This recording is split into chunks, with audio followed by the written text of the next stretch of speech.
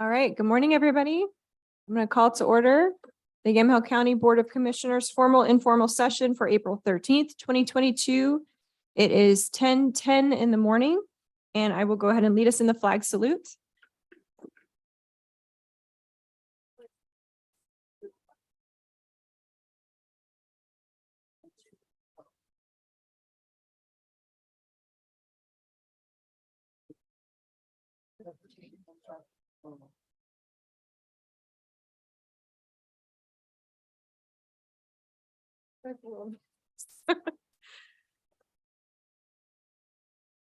Okay, item C is our calendar session.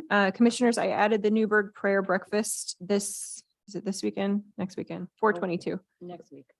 At 8:30. Is there anything else to add to the calendar? No? That's it. Ken, I was gonna have maybe just a quick review of the upcoming budget committee meetings, what that looks like for us. And then I can't remember, do we typically have a BOC meeting that week or no? We do. We do, okay. So that'll kick off on, I don't have a in front of me, May 1st. So Monday, May 1st, beginning at 9 o'clock is when we'll convene the budget committee. We have a budget hearing scheduled for that evening at 5:30.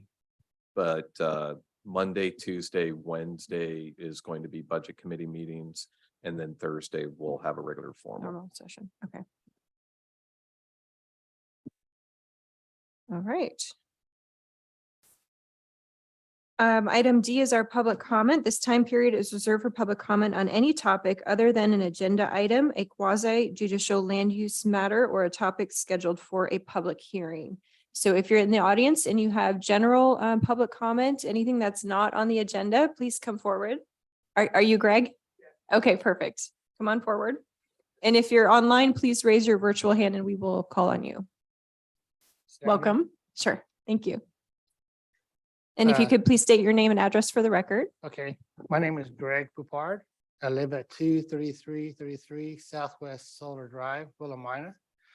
I just want to thank the commissioners for your service. We really appreciate that. I know it's very hard and time consuming. And I'd like to thank Lindsay for fighting the recall. I know that's tough, and we're really glad that you did that. And thank you. Thank you. And I'd like to thank Kit for coming. I go to the city council meetings in Willamina, and Kit shows up there, and we all appreciate him coming, and the council appreciates it. And so just want to thank you guys for your work that you do. Thank you. Thanks. Appreciate that. Thank you. Thank you, Greg. Thanks. Okay, any further public comments? If you're online, please raise your hand. We will call on you. All right, seeing and hearing none. We will move on to item E, which is our department update, and we are being joined by our finance director, Mike Barnhart. Welcome, Mike. Good morning, Chair and board members. Good I morning. think the last time I came to you was 2019 because COVID, of course, made us all hermits for a year, so we didn't do those. Last year, I was so swamped with Oracle, Ken did this in my stead. So this year I said, I will step up and do it. So, but I'll Good to keep this see you. brief. Rather than talk about finance as a whole, I want to focus on our big project, Oracle, because we've been doing this now for about a year and a half. Monumental project, replacing a very old computer system in finance and HR with a brand new one. So it has been a huge team effort. And team is almost not a big enough word. It's a county-wide effort. Our folks in accounts payable, I just want to call out some folks. Linda Connors in accounts payable has done an amazing job. That is all up and running. We've made great progress in that area. Just one of the pros of the many is that now we have a system that is all paperless. Invoices come in electronically. They are actually uploaded into Oracle electronically. Then they are coded by the departments. They are then sent for approval, which goes electronically to departments. And then when that is all completed, then it comes back to Linda and she pays those electronically. We used to have people, getting invoices in the paper, and then they would have to have them taken to somebody to sign and authorize, and then hand carried to us in finance. And then finance would have to enter those in. And then we would have to go ahead and scan those into our old system and then file the paper copies away. No longer, very much more efficient. That's been a great thing. And also a big project in AP has been what they call at the bank, payee positive pay. Because check alteration fraud happens, all the time. It happens to, whether you're personal or whether you're a big business. But Oracle with US Bank has this really great system where we do now payee positive pay. If the bank cannot check up a name, a check number, or a dollar amount, all three must match. They automatically reject the check. But it took Oracle to do this because you have to sort of image the check in the system and have that sent to US Bank so they can do that. So that's been a great partnership. I don't think we're ever going to see check alteration fraud again because it's immediately rejected unless we specifically within 4 hours say it's okay. For example, it might get somebody's, washed out or something like that, or got too crumpled. But that's a great service. Also point out Jill Johnson in cash receipts. Oracle has this great system. I was very skeptical when they said they could pull this off, but they did. Every single day, the bank activity from US Bank comes into our system. And every day we can reconcile the activity. So at the end of the month, every transaction that happened at the bank, we know was in our system because we can't close and won't close if that doesn't happen. Great. Usually you have to wait a month or two to do a bank reconciliation. Now it's done daily and Jill handles that. And that's wonderful. General ledger, so much better than it used to be. Now we have a lot of auto imports. Things are checked budget wise on the fly. In the past, we couldn't really do any budget checking in our old system. Now it can't get even sent for approval unless it passes the budget check. That's been another huge improvement. So this Oracle upgrade's been fantastic for us. I think it's really efficient for the county. We have all other kinds of ideas and tools we want to implement. We haven't quite gotten there yet. The big one right now we're trying to work on is the budget system, as Ken well aware. That's been his main emphasis in this part. And right now we're working with HR and doing the payroll upgrade. We're doing our second payroll parallel this week, where Oracle is actually taking our process and mirroring it 100% and making sure that our payroll is correct penny for every employee.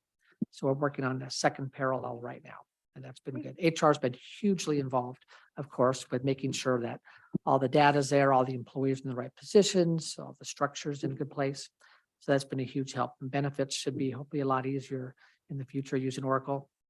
And Lori Murphy in payroll, of course, has been hugely involved in this process. So she's been down a position, so it's been a challenge for her, but she's working hard, working a lot of hours to make sure that we can do this and do it right the first time. That's been good. IT, can't do things without IT. They can manage our workflows, which is huge now because it's all electronic. Shane does, I don't know. I thought it was magic. Didn't think it could be done, but it could be. But you can't log into Oracle without having your own personal county two-factor authentication. It's a third-party system in the cloud, but yet it uses our tokens.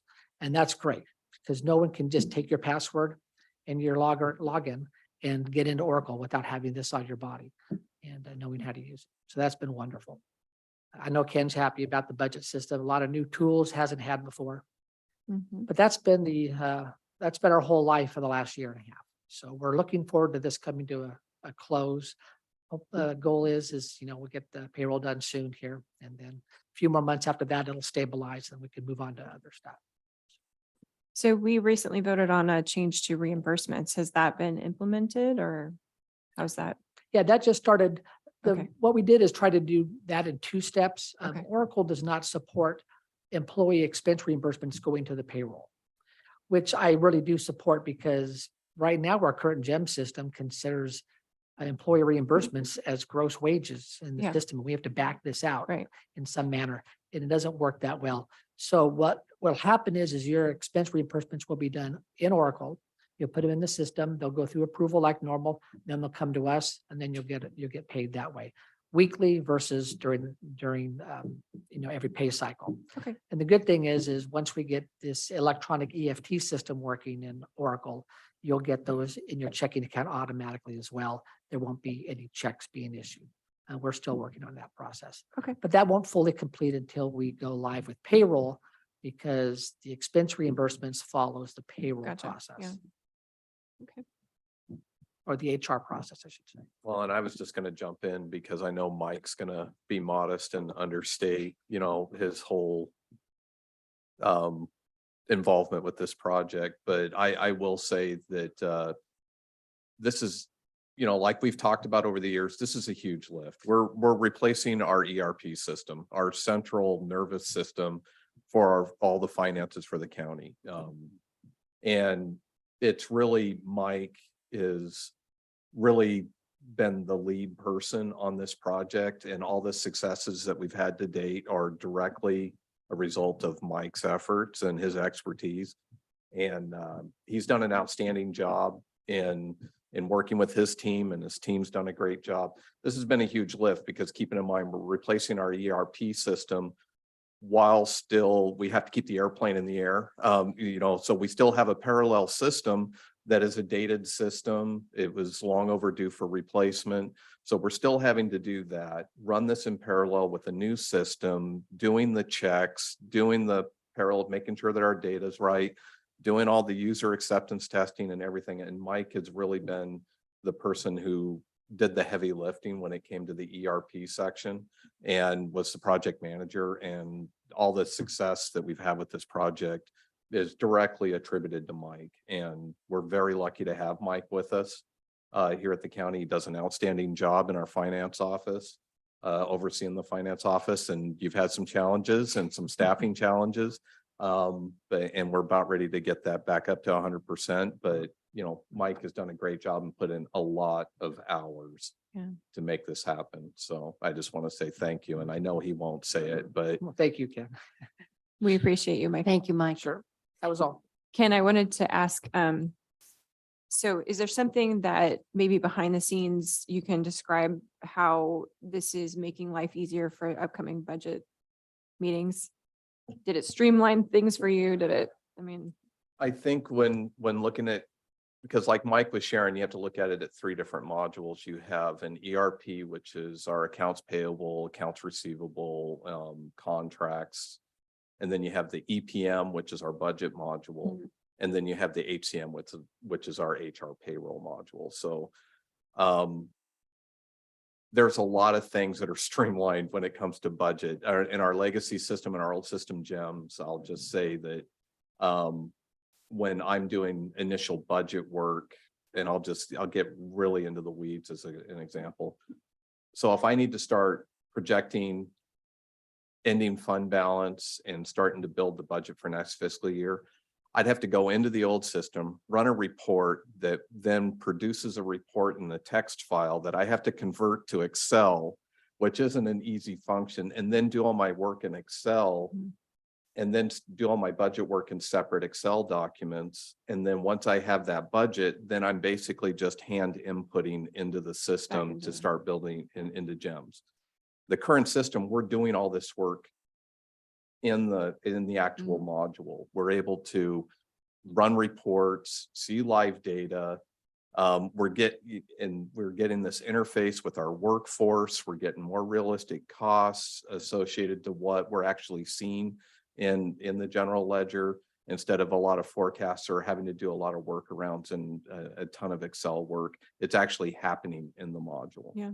Great. Some of the challenges that we have run into is, and you're going to see it when we go through the budget presentation, switching to a whole new system, you're going to see a different number formatting when it comes to the general ledger and what's in Oracle. And so budgets are going to be a little bit in different order based on the new numbers that were assigned. And I'm still trying to get used to the new numbering sequences, because what was Fund 1010 is now Fund 110-0010. It just rolls off the tongue. So it's something that we're getting used to, but long term, there's going to be a lot of work that we currently do in spreadsheets that we're not going to have to do, because it's going to come live out of ERP and out of the HCM system and come straight into the budget module. Great. So we haven't seen the full benefit yet, because the order of rolling this out, HCM, the HR payroll portion, hasn't gone live yet. So that's not feeding live data into the budget module yet, but that will come next year. So when we start building budgets for the 24-25 fiscal year, then we're going to see the actual full capacity of the system. So the end goal is to have them all three sort of work together and. Absolutely. Yeah. Yeah, they all work Yeah. directly together. Which And one of it's our, much better for accountability. I think we're Yeah. going to see improved transparency in what we're able to produce in the budget reports and the data that's made available. Again, it's so far advanced compared to our legacy system. It's long overdue. And thank you, Mike. Thanks, Mike. Yep. Appreciate you. okay, Thank thank you. you. Thanks, Mike. Okay, that brings us to item F, which is our work session. We have nothing on the work session calendar for today. Item G is our consent agenda. Do I have a motion to approve? So moved. Okay, any further discussion? All those in favor signify by saying aye. Aye. Aye. All opposed, same sign. Thank you. Motion passes.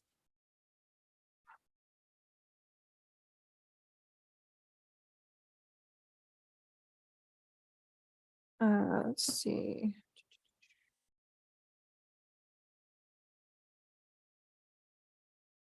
Okay, item H1 is sorry. H is old business. Item H1 is consideration of approval of findings in an ordinance in the matter of a zoning map amendment from Resource Industrial RI to the Light General Industrial District LI for tax lots R 2402 DD 00400 and R 2402 DD 00500. The applicant was Roy Spry and declaring an emergency. This was continued from February 2nd of 2023. Commissioners, I will move approval. Is there further discussion? All those in favor signify by saying aye. Aye. Aye. All opposed, same sign.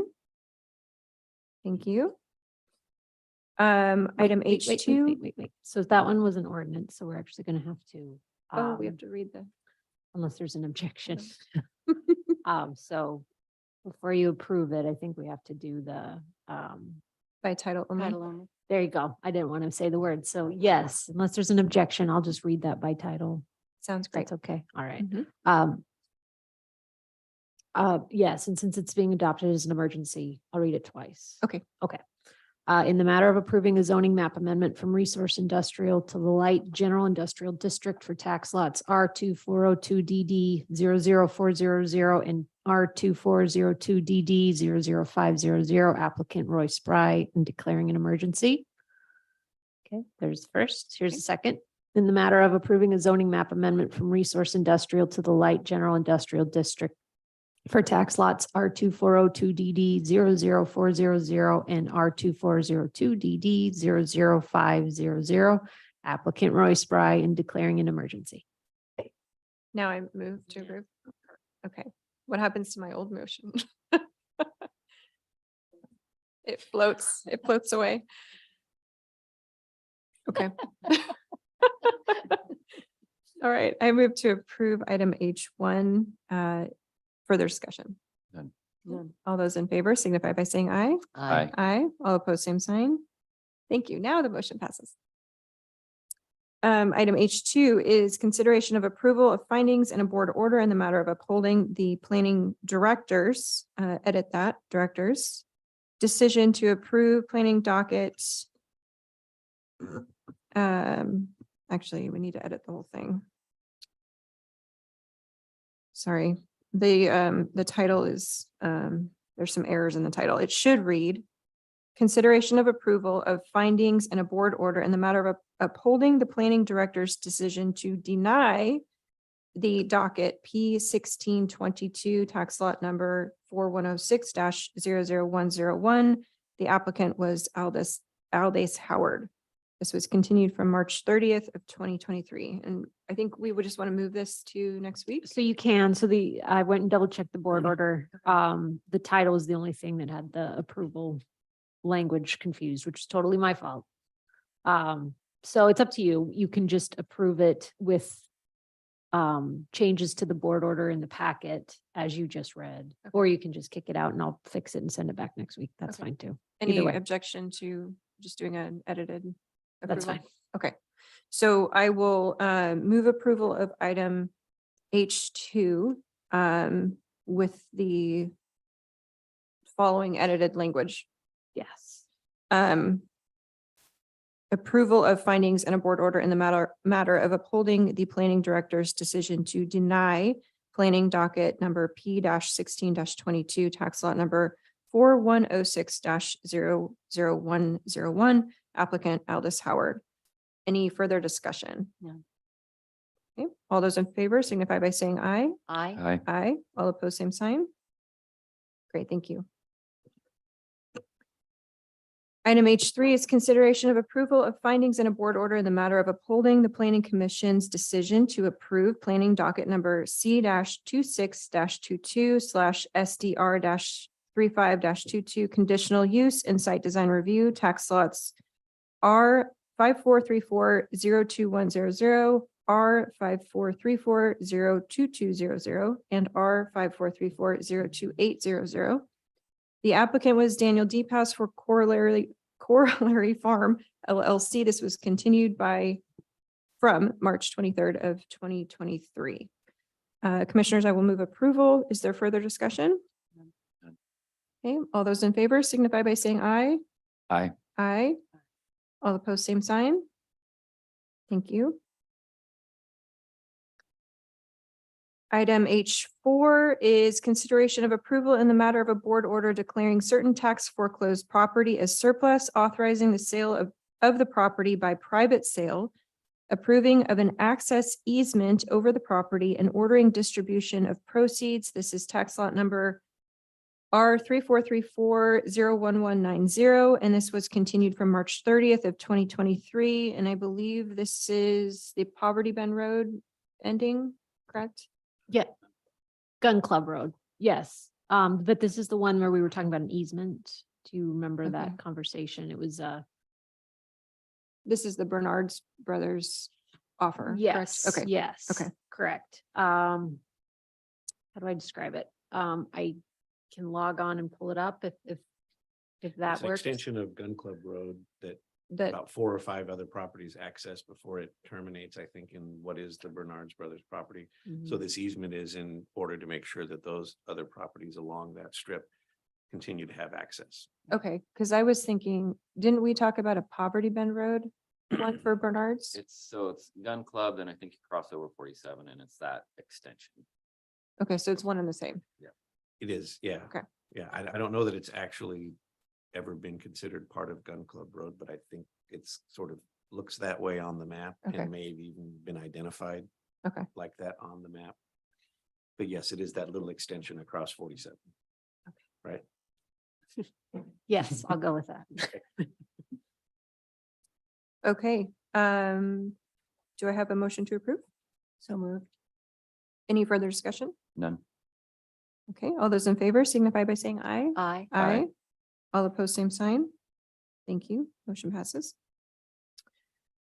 Okay, so we had moved the old other business item I1 to the public hearing, so I will pick up at the new item I1, which is consideration of opening sealed bids for tax lot number R 3216AB 01802, county-owned tax foreclosed real property. And this is that sliver of property between the residential homes that we looked at last week, I think. And I can pull it up Okay. if it helps, but if you guys are. I'm aware of what it You're is. good, It's- okay. It's fine, yeah. So unless there's any discussion that happened before I open it? Nope. Okay.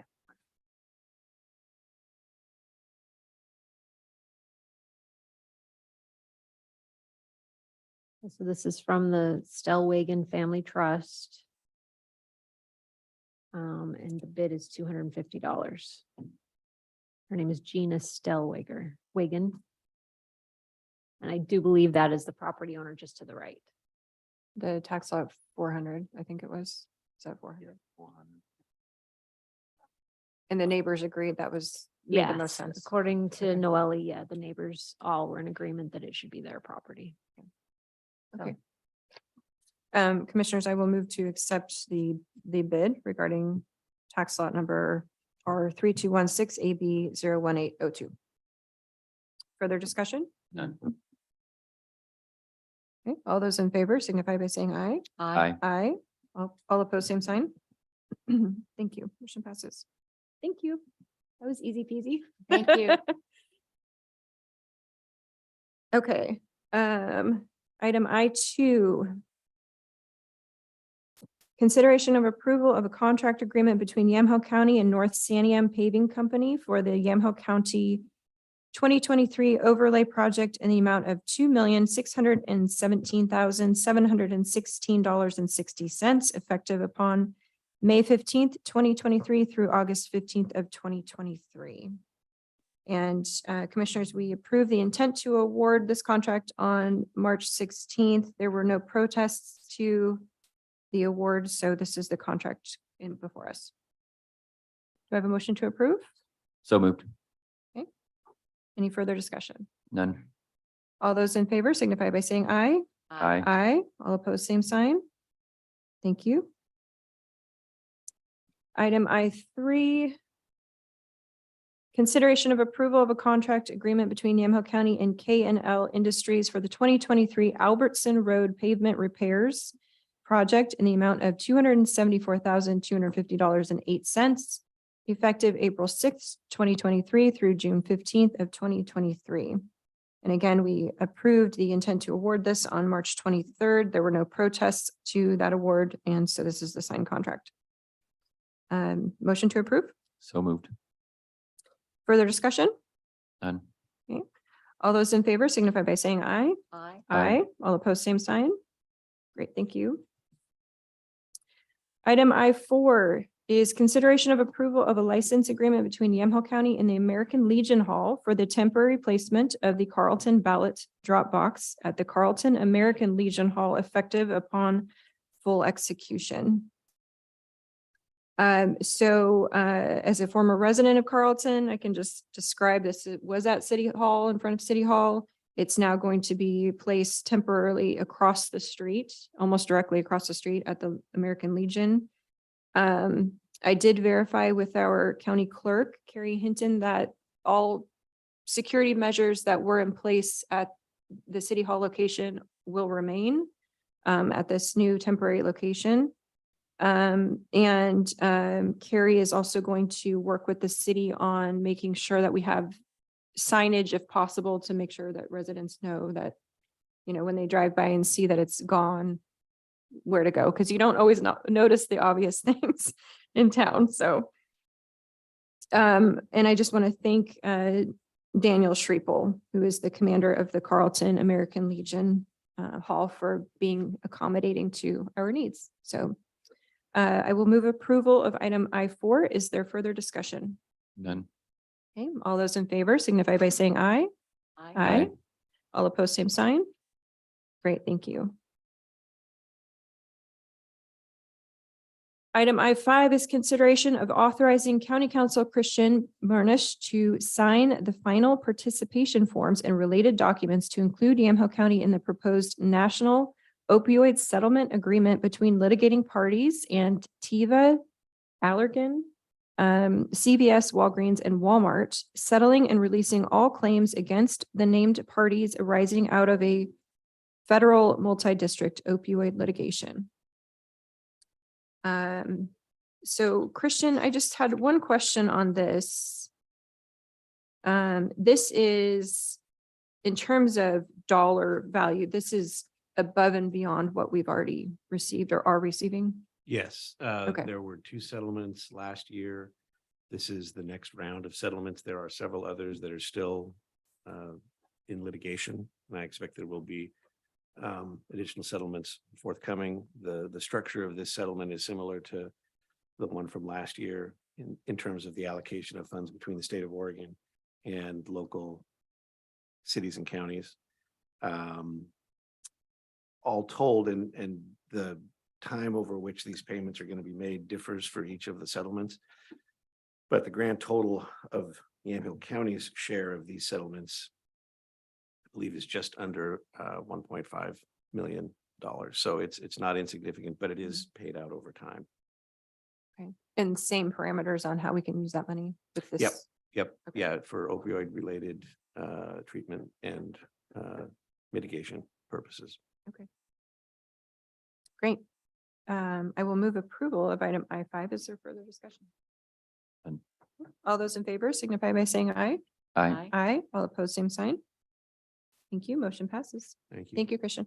Yeah, thank you. Thank you.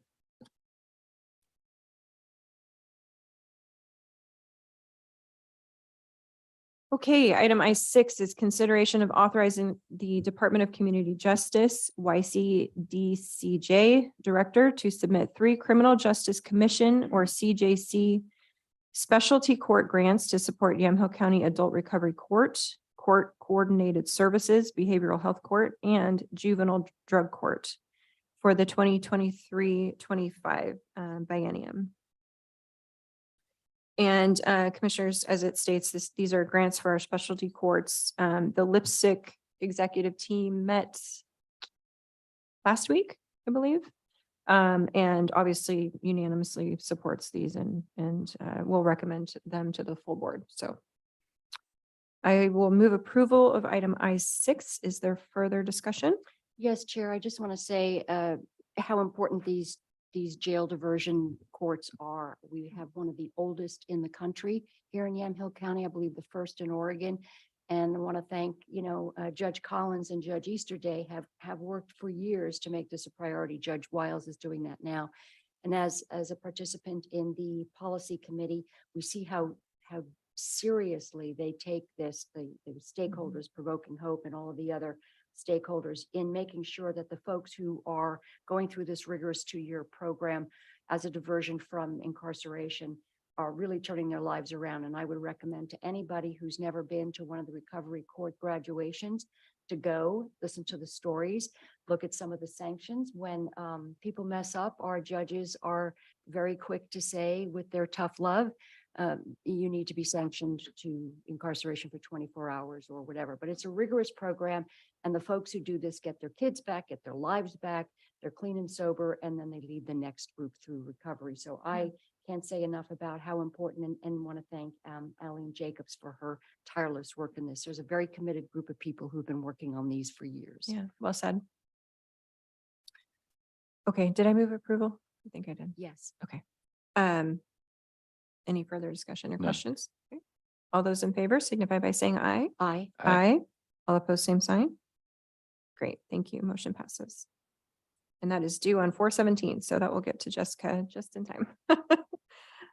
All right, do we need to take a quick break before our public hearings? Should we do the first one? Yeah. Okay, we'll do the first one and then we'll take a quick break before we get into the CPRD. So item J, public hearings. Item J1 is a public hearing to hear objections to the transfer of certain tax foreclosed real properties to the city of Sheridan pursuant to the provisions of ORS 271.330. The specific properties to be transferred are 1, tax lot number R5626CD 01604, tax account number 507466, and 2, tax lot number R5626CD 01702, tax account number 507469. And this is consideration of approval in the matter of a board order declaring certain tax foreclosed properties as surplus and authorizing a purchase sale agreement with the city of Sheridan.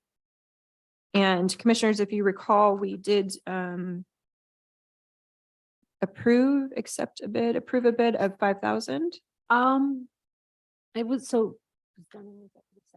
Oh, I'm sorry. So we didn't approve a bid. Okay. You granted me the authority to engage in negotiations with the city of Sheridan over 2 tax lots that are actually used by them as drainage. Right. So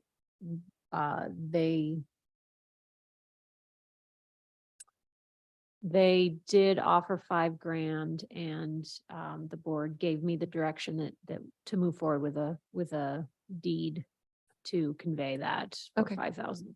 Makes sense. Both properties for $5,000. Is that a good summary? Yes. Okay. good. So we are holding a hearing to take any objections to that. So because both of these lots went to auction, we're not supposed, the only way to sell it to a private private transaction is if the buyer pays 15% of what they were offered at sale. $5,000 does not cover that 15%. So we're gonna have to use a different statute to sell it to them for that amount. And that statute requires public notice and then opportunity for the public to be heard in a public hearing. So it's essentially a public hearing, but it's gonna be pretty cut and dry. You open the hearing, allow people to voice their objections, close the hearing, and at the end of the hearing, you can consider the board order that actually grants the deed. All right, so I will open this up to take any testimony in opposition to the sale of these properties to the city of Sheridan.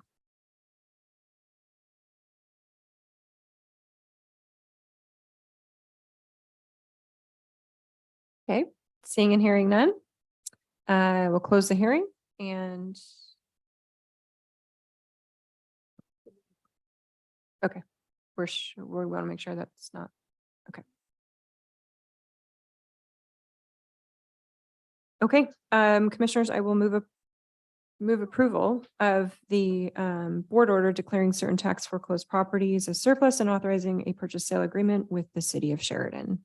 Is there a discussion or questions? One more thing, Sorry. the agenda item, this is not a purchase sale agreement. It is approve the deed. So just that clarification on the title of it, but the board order in the packet should be correct. Should I revise my motion? Can you Yes. restate that, please? So the title needs to be changed so that it's clear it's not a purchase sale agreement. We're transferring the deed. So if you have the board order in your packet, just read what's on the board order, not on the agenda.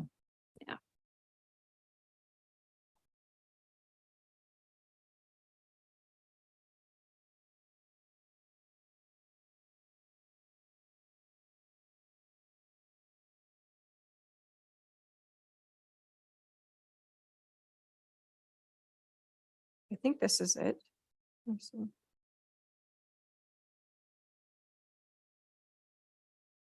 Yes, okay. So commissioners, I'm going to revise my motion to be motion to approve the order declaring certain tax foreclosed properties as surplus, authorizing the sale of the properties pursuant to ORS 271.330 and ordering distribution of proceeds. Tax lot number R5626 CD 01604 and tax lot number R5626 CD 01702. Okay. If there's no further discussion, all those in favor signify by saying aye. Aye. Aye. All opposed, same sign. Great, thank you. Okay, we will take a quick 5-minute break before we get into our second public hearing. Thank you.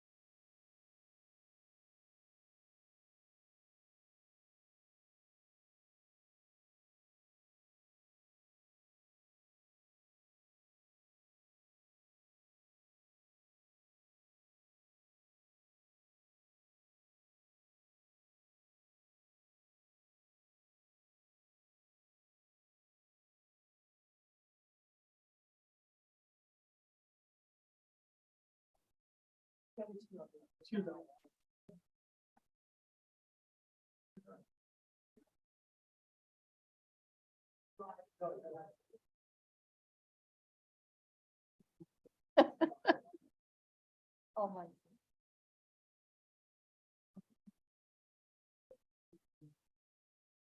Okay. Welcome back, everybody. We are coming back into formal session. It's 10:57 in the morning. And I will open the, excuse me, item 2 is docket number FP 10-22/SDR 40-22. An appeal by the Chehalem Parks and Recreation District or CPRD of the planning director's denial of a floodplain development permit to construct a footbridge at Ewing Young Park. So I will open the hearing and call for any abstentions by members of the board. Nope, None. hearing none. Are there any objections by parties to the jurisdiction of the board to hear the matter before it? Okay, hearing none. Does any board member need to announce and state on the record any substance of ex parte contact or any site visits? No site visits, but we did receive some emails several weeks ago that we just forwarded to Director Friday. Okay, and Director Friday will now read the statements required by law. Yes, Oregon law requires that persons who attend land use hearings be advised of certain rights and duties before the hearing begins. First, with regard to standards for approval, state law ORS 197.797 requires that we list the applicable substantive criteria that must be met in order for the county to approve the application, and I will list those as part of the staff report in a moment. Testimony, arguments, and evidence must be directed towards the standards for approval. Second, the raise it or waive it rule under Oregon law. Any issue that might be raised in an appeal of the county's decision in this matter must be raised before the record of this hearing is closed. Failure to raise an issue accompanied by statements or evidence sufficient to afford the decision makers and the parties an opportunity to respond to the issue precludes appeal to the board based on that issue. Third, and this is directed to the applicant, under ORS 197.796, failure of the applicant to raise constitutional or other issues related to proposed conditions of approval, again with sufficient specificity to allow the county to respond to the issue, precludes an action for damages in circuit court. Finally, I will note that under Oregon law, and because this is the initial evidentiary hearing on this matter, any participant, that is anyone who submits oral or written testimony during this hearing, may, before the hearing is closed, request an opportunity to present additional evidence, arguments, or testimony regarding the application. The request must be made prior to the time the chair announces that the hearing is closed. Thank you. That brings us to a staff report or director's report. Parcel is 23.8 acres and contains the Ewing Young Park. Chehalem Creek bisects this parcel with the western portion located in the county in the AF10 Ag Forestry Small Holding District, and is that portion of it is entirely within the floodplain overlay zone. The portion located to the east of the creek is located within the city limits of Newburgh. The property within the city limits is currently devoted to recreational uses and is the site of the park. This application seeks the permitting of a new footbridge over Chehalem Creek that would allow for access to the portion of the parcel that's currently in the county. Surrounding land to the northeast and southeast is within the Newburgh city limits and contains residential uses. To the west and south, parcels are located in the very low density residential district. And as the zoning suggests, these parcels are dedicated to rural residential uses with parcels ranging from 1 to 5 acres. That ends this portion of the staff report. Great, thank you, Ken. That brings us to the applicant's case. So folks from CPRD, if you'd like to come up.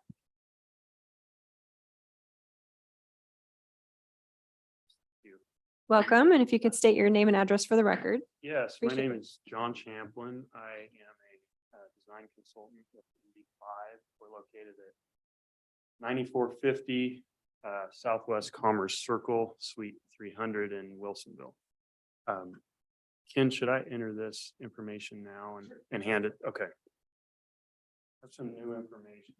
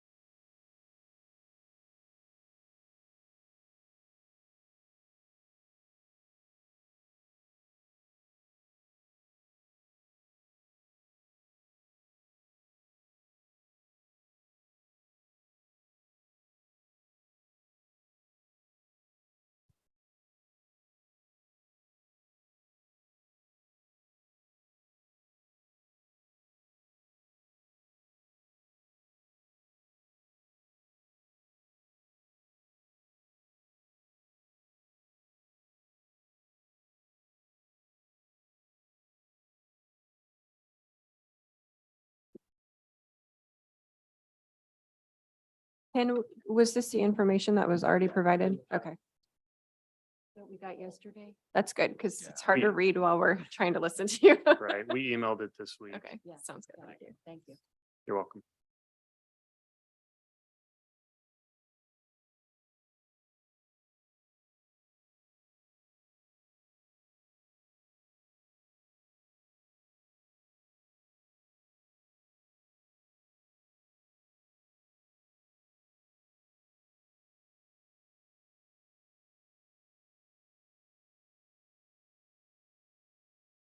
Okay. Everyone has copies? Okay, please proceed. Thank you. Okay. Good morning, Commissioners, and thank you for hearing our appeal for docket number FP 10-22 and SDR 40-22. As I stated, my name is John Champlin. I'm a landscape architect working on the design of this project. I believe that you all are probably at least somewhat familiar with Ewing Young Park, so I won't go into too much detail, but would like to briefly present our project.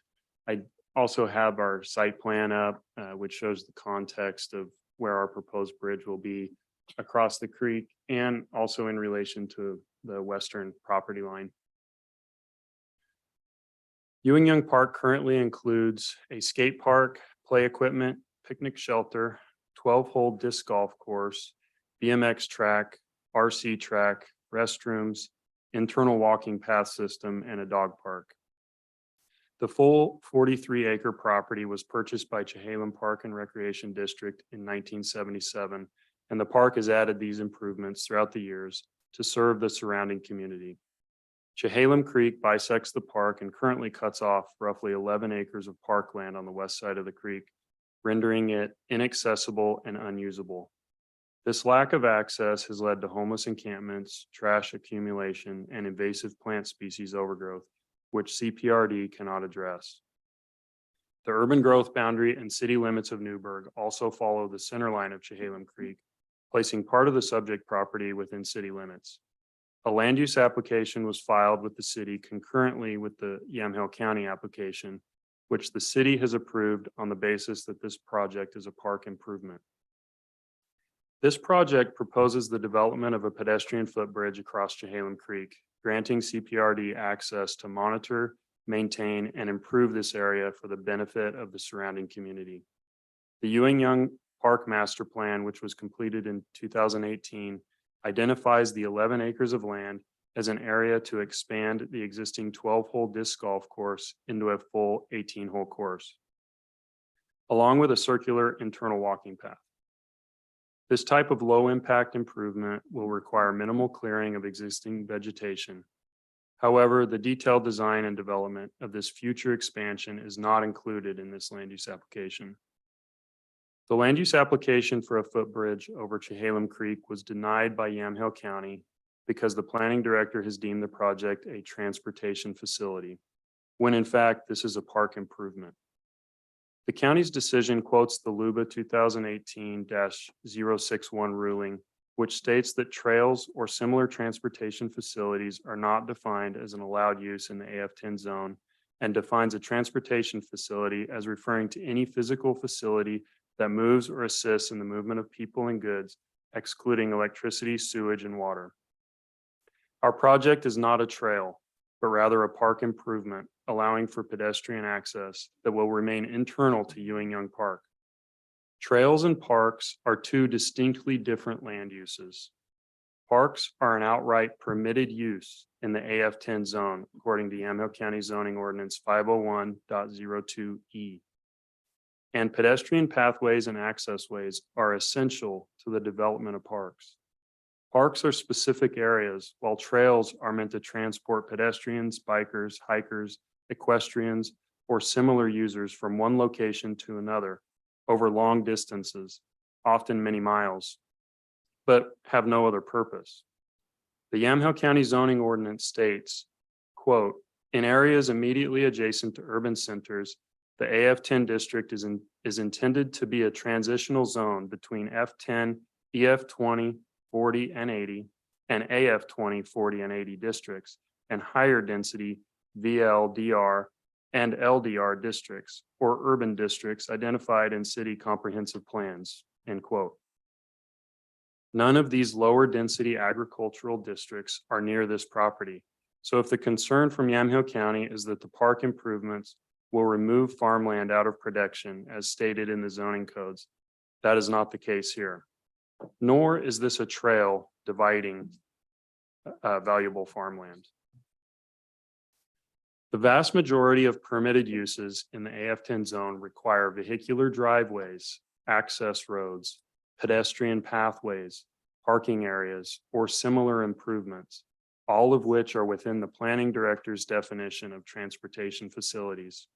In fact, since the start of 2001, Yamhill County Planning has approved 20 different land use applications for projects that included transportation facilities, with 47 different transportation facilities included in those 20 projects. Some of these approved applications contain conditions by the planning director to include a minimum number of parking spaces, which again are transportation facilities. The Yamhill County zoning ordinance, nor Yamhill County Planning's interpretation of it on other applications, is clearly not intended to restrict improvements that are essential to the development of permitted uses. The planning director's decision states, quote, "The definition of a park is found in section 200 of the Yamhill County zoning ordinance, which defines the term as any public or private land reserved for recreation, educational, cultural, or open space uses. The definition of park does not include any mention of a footbridge or other transportation facilities," end quote. This is misconstruing the definition, as the definition does not list a single improvement, such as playgrounds, walking paths, benches, picnic tables, drinking fountains, or any other improvements that we all know are essential to the development of parks. Rather, the definition lists the uses of the land. The county's decision is comparing defined uses to built improvements. By using this approach, the zoning code would restrict any and all built improvements, since none are defined by the zoning ordinance. This is clearly not the intent of the zoning code. Yamhill County's own park system includes 12 developed park properties. 4 of the properties include a footbridge. 1 has a vehicular bridge. All 12 have some sort of vehicular access road and parking. By the planning director's definition, these are all transportation facilities. All but 1 of these properties are in the PRO, PWS, or PAI zones. None of the improvements that I listed at these parks are explicitly permitted in these zones, even though the code states that uses of land and water not specifically mentioned in these sections and not allowed as a similar use are prohibited. The county is holding our application to a specific standard when the county's own parks cannot meet the same criteria. It should be noted, we are aware that the Hidden Meadows Homeowners Association, located to the west of the subject property, opposes this project. However, as stated in the planning director's decision, all zoning ordinance requirements, along with any applicable state and federal requirements, have either already been met or can be met through conditions of approval if this project were to be viewed as a park. Ewing Young Park also predates the development of Hidden Meadows neighborhood by 16 years. So all of the owners bought their properties next to an existing park. Furthermore, it is CPRD's policy that the park district will construct a privacy fence along any neighbor's property line if they want one at no expense to the homeowner. CPRD will allow a gate to be constructed in the fence if the owner wishes, at the owner's expense and under the owner's control to add a lock if they want. In closing, I would like to read an excerpt from the Yamhill County Comprehensive Plan, Section 4B1A, which states, Yamhill County will cooperate with all government and recreation agencies within the region to identify recreation, open space, and scenic resources, determine resident and non-resident needs, and formulate and implement measures for providing recreation services. This project is not about a trail winding through important agricultural farmland. It is about the development of land for recreational use in an urban area of Yamhill County on land that is zoned for such use. We respectfully request that the Planning Commission see this project for what it is, a park improvement, and overturn the planning director's denial of our land use application. Thank you. Thank you, John. I have a couple questions. Yes. So what, just to get our bearings here, we're looking at, where's the skate park and BMX track in relation to? It's all probably about where that chair is and scale. Okay, so it's this way. Okay, gotcha. Yeah. Okay. The master plan for this park involves a network of trails. Yes, and So- internal walking paths. Those are trails. So Okay. this bridge is supposed to connect to those trails. That's how you have access to this side of the creek. Okay, I Correct. just want to make sure that we're clear on that.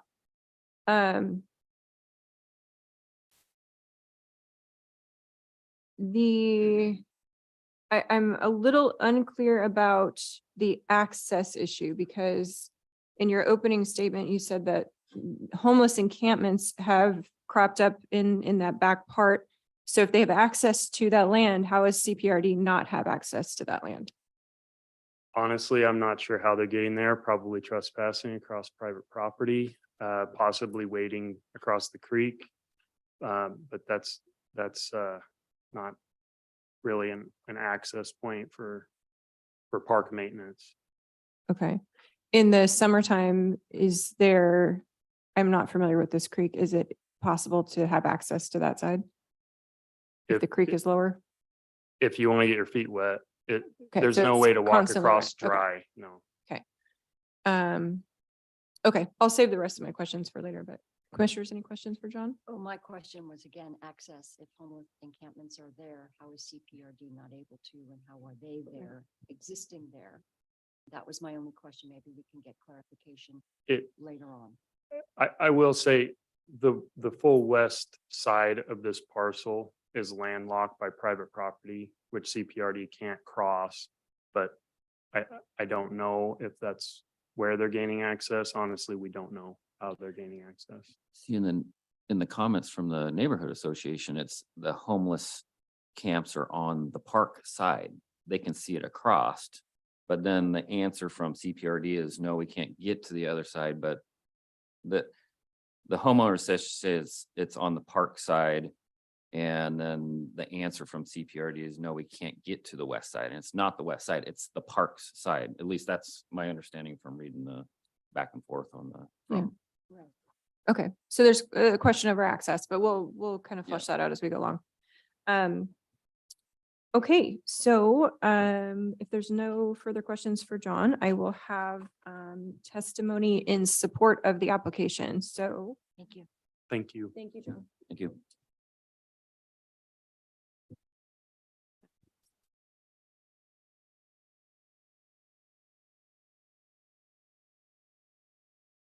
Oh, I'm sorry. This was your statement. I can pass this out here too. Unless we already have it. Okay, that's summary of the statement.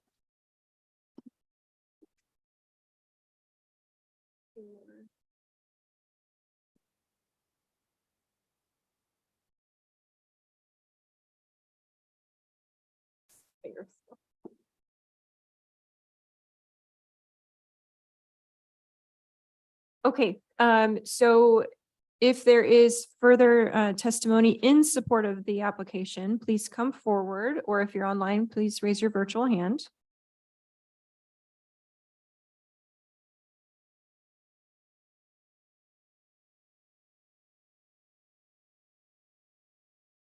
Okay, hearing none, we will hear the appellant's case. If there's organized opposition, this would be the time to come forward.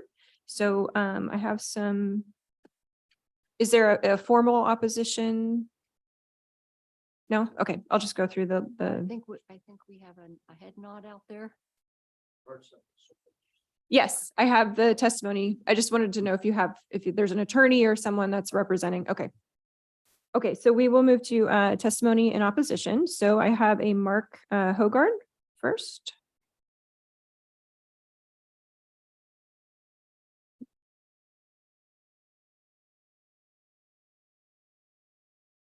Welcome, Mark. If you could state your name and address for the record. Mark Hogard, 9850 Northeast Meadow Loop, Newburgh 97132.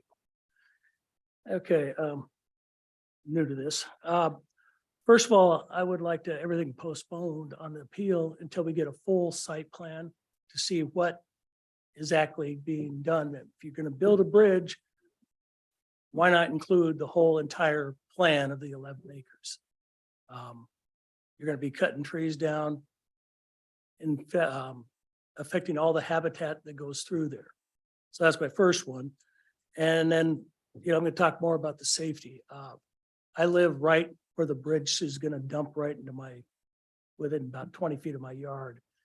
I have had multiple people cut through in the summertime, grant you, through our yard. Whether they walk on water, walk on the brick, rocks or whatever, they're coming through. Now you're going to build a bridge and that's going to be 24 hours a day, 7 days a week, 365 days a year, people going that way.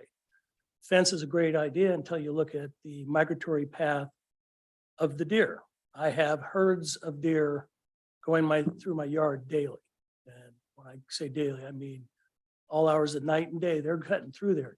You put a 6 or 8 foot fence in there, now you're affecting wildlife habitat. Same deal with mowing down the grass and everything else there. That's where the deer sleep at night. We walked through it and seen where you could see the lay down spots for the deer is right in the middle of that park. You take away the 6 foot grass, that takes away their habitat to sleep. The other thing is basically that land is swampland from early October through May, June. So the land itself, unless they're going to dump about 6 or 8 feet of dirt up there, is swampland. I know because I get stuck in it.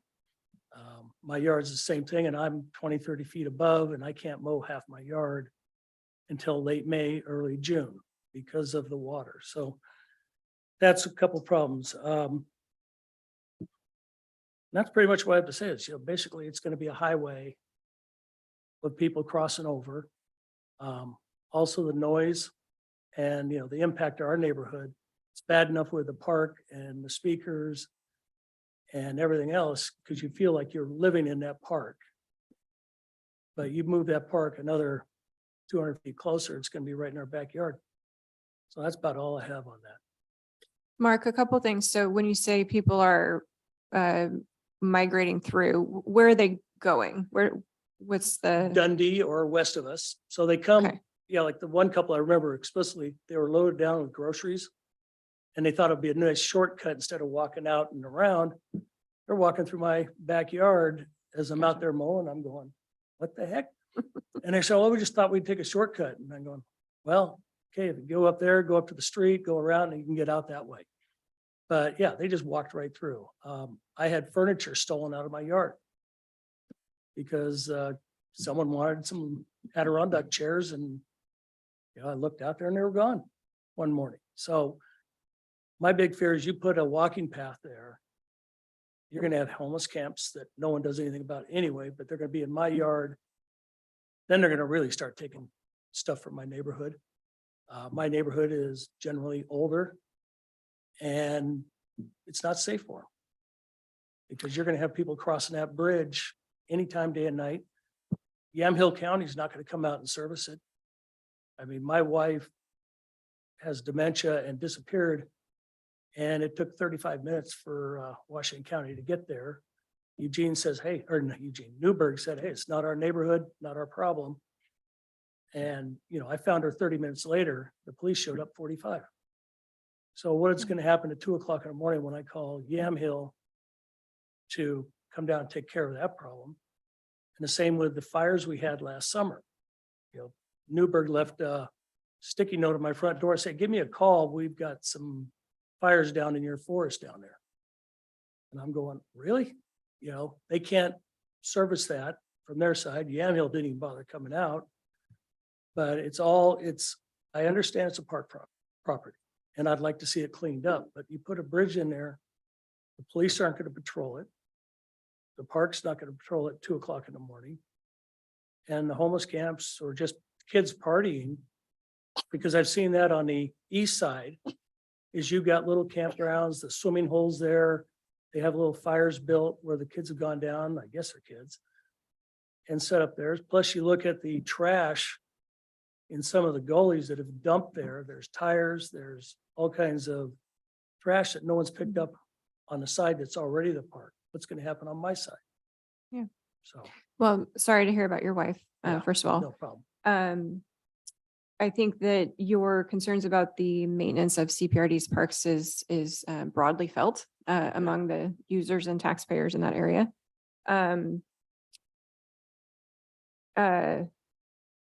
Has there been any discussion, either neighborhood residents going to CPRD or CPRD talking about the master plan for this park?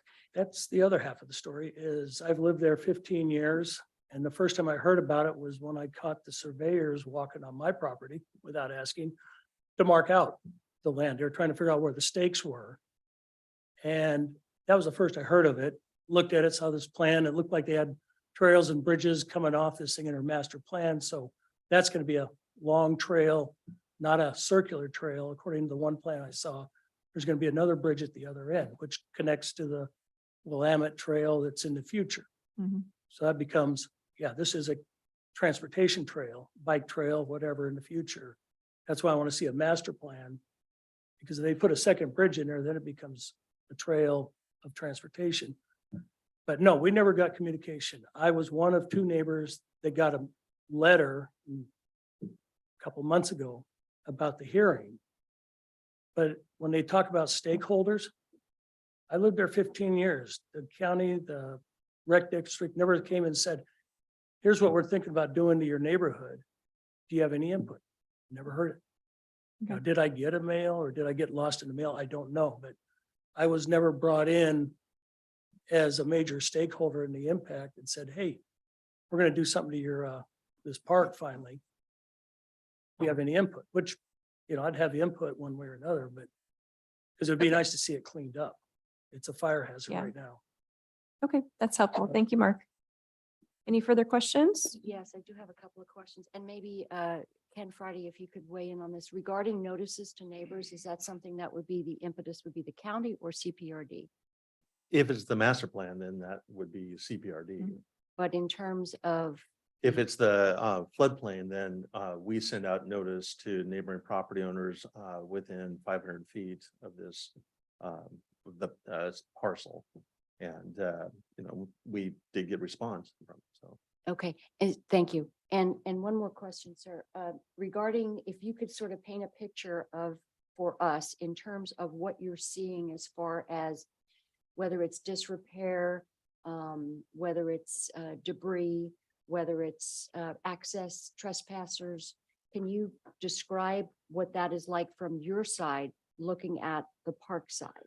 Right now, there's nothing there.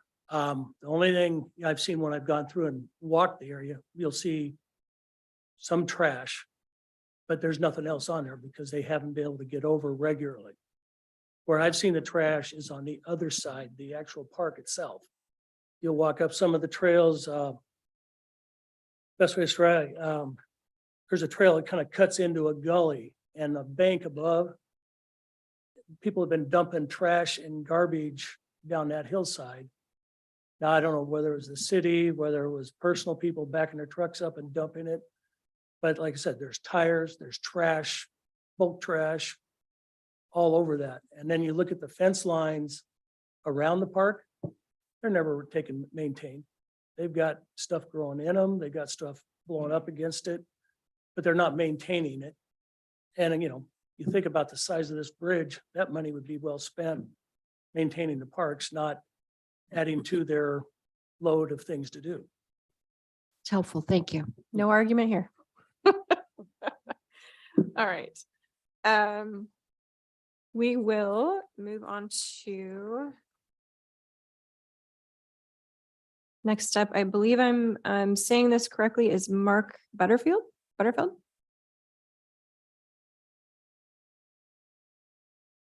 My apologies if I didn't say that right. If you could please state your name and address for the record. Yes, I'm Mark Butterfield. My address is 9600 Northeast Meadow Loop, and I live in Newburgh, and that's the Hidden Meadows neighborhood. And I'm speaking in opposition. My primary concern about this project is related to public safety. I've lived my whole life in this part of the Willamette Valley. The last 5 years I've lived in this neighborhood. The reason I bring this up is I know what fire in this area can be like. When I was a kid growing up, folks would drive to the coast and we drive through an area called the Tillamook Burn. And some people don't even know what the Tillamook Burn is anymore, but I can tell you that it's a fire that took place in an area that it was difficult to address. It was a very hard accessible area to put a fire out. And they went through cycles of those fires about every 6 years. The last one was in 51, and I think they maybe have been able to manage them better. But where this project is being proposed, the footbridge and the extension of the golf course, the disc golf course, is a very difficult area to access. I don't know how you're going to get any kind of fire equipment in there to fight that area. I don't think you could contain it, let alone put it out. And not only would you lose all the vegetation and the wildlife, there's houses around there and you could lose, besides property, you could lose lives. So I think that with the increased accessibility that would be afforded by a footbridge, I think that it's inviting a problem. We all know what the fire was like back in September of 2020 here. The sky was red in the middle of the day and you could taste the air. That was that bad. I think those events are probably going to happen more frequently. Our summers are hot and our springs are wet and the vegetation grows and it dries out in the summer and it presents a problem. So I was going to say too that in 2020 or 2021, I can access the creek because it goes right through the middle of my property. And I decided to wade and go up to Hoover Pool, which is right maybe a quarter of a mile upstream from my property. Along the way, I encountered 5 different encampments. And there were fire pits, there was garbage, there was vegetation that whoever was using those encampments, they had pulled down and they started that to start a fire. I think that's probably going to increase when people have more access to the property. The next public health concern I have is about crime. The improvement is going to be completely just abutting or adjacent to to private property. And a fence is a real nice idea, but it's really truly not going to stop crime. And the bridge, people are going to be able to use the access to from the bridge to go ahead and do the crime that they want to steal something, they'll come in and do that. If they want to destroy trees or they want to be vandals, they're going to go ahead and do that, and it's going to make it easier for them to do that. The third concern I have is about public health. And the encampments that take place there's no sanitary services or facilities available. In this park right now, I was over there yesterday. I travel over there on occasion and look around. There were a few porta potties or portable restrooms that were up by the BMX track, which is completely the opposite end of the park from where the disc golf course is proposed, as far as the expansion of it.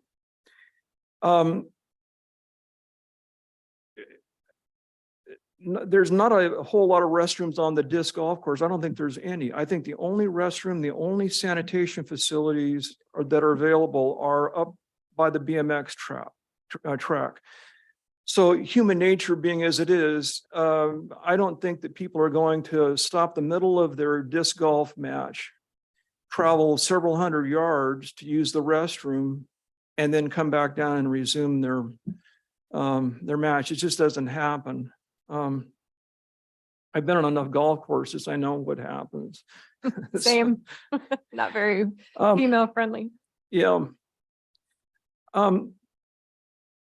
There was also an event that took place that one of the neighbors made sure asked me to relay. Last summer, there was a young lady that got into some type of distress. And she left the established park as it is right now and wandered and waded halfway out into Chehalem Creek. And then she got disoriented. And so she continued her path and went to the other side of the creek from where she entered. And she spent the whole night out there crying and screaming and asking for help or trying to get help. And nobody heard her cries until the morning. And one of the neighbors in Hidden Meadows alerted the police, alerted the paramedics, and they went ahead and got her. She had a cell phone with her, but she was so distraught or distressed that she didn't even have the wherewithal to be able to use the phone. I think that kind of unfortunate situation is probably going to be something that's going to happen. It also speaks to something else, and that is that this is not this is a big area. It's not easy to patrol all of the park area. Chehalem Park and Recreation District, I don't know that they're responsible for it, but I think that they should be.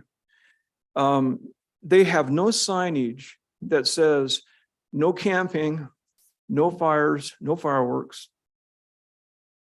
And they're not taking that kind of responsibility. I don't think they're taking responsibility to make this particular facility. It's going to cost a lot of money to put this bridge in. There's no accommodations there for people that have physical disabilities. If you're in a wheelchair, that's a real tough place to be on one of those trails and be in that park. There's no accommodation whatsoever. I've been over there. I've never seen anybody that had a mobility issue using that facility. So Yamhill County, they've denied this application for this project. And a lot of thought went into both the formulation and the denial. I would like to have you all consider honoring the denial of the project. And that's all I have to say. Thank you very much. Thank you.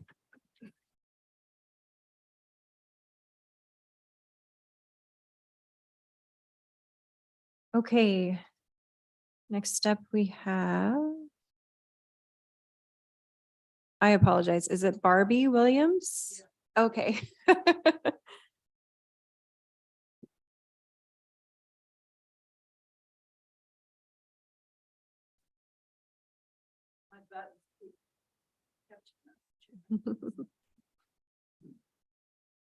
I'm going to read my testimony, so I won't ramble. Okay, thank you. If you could state your name and address for the record. I will. Barbie Williams, and I live at 9600 Northeast Meadow Loop. And I've been there about 5 years.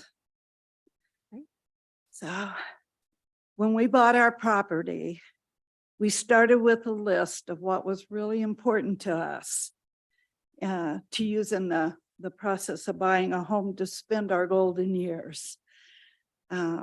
Privacy was incredibly important to us.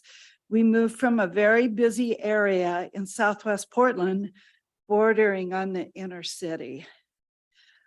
We were confronted with crime, as everyone is, homelessness all over our neighborhood. And one night, even a stranger walked right in my door.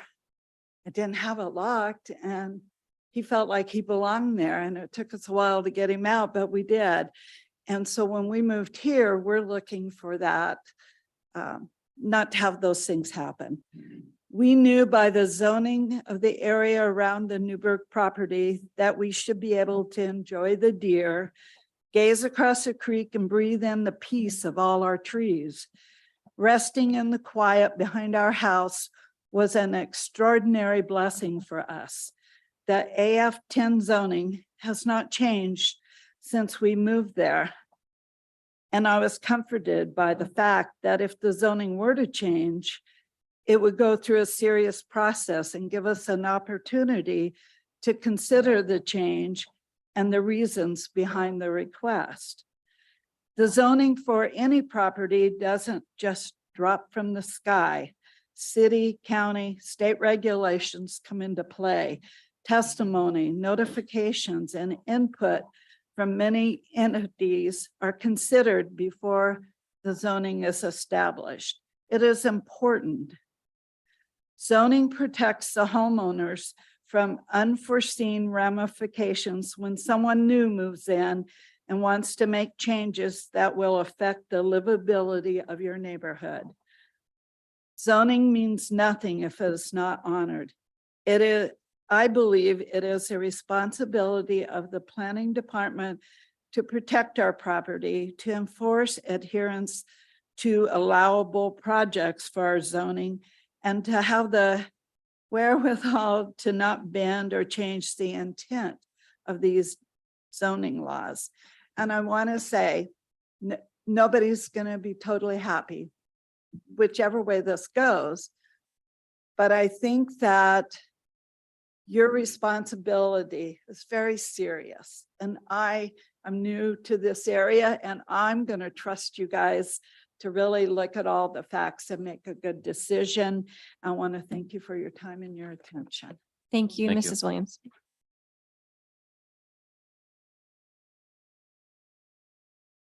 Okay, next is Paul Weber or Weaver.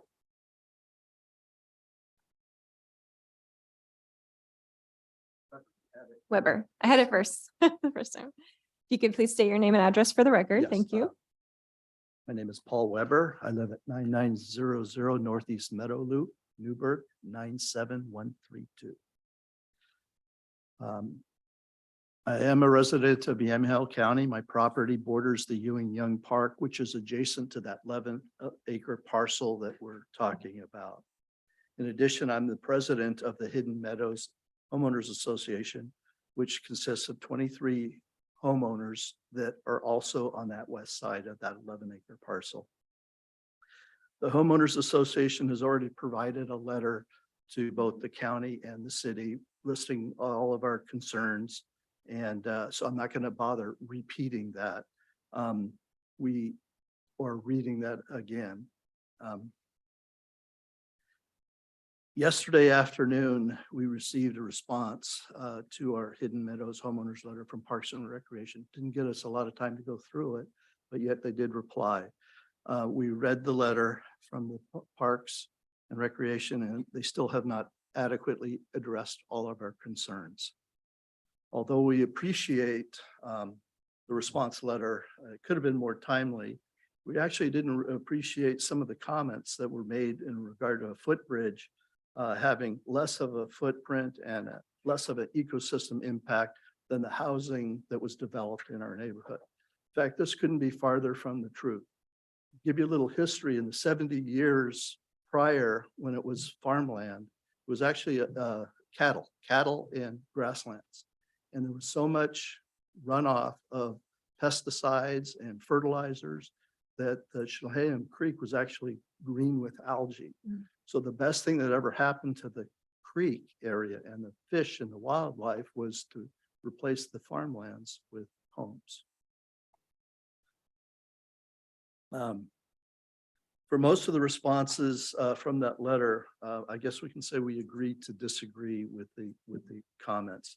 It seems like the Park and Recreation's response to the trash and homelessness is if they get access via a bridge, things will be maintained better.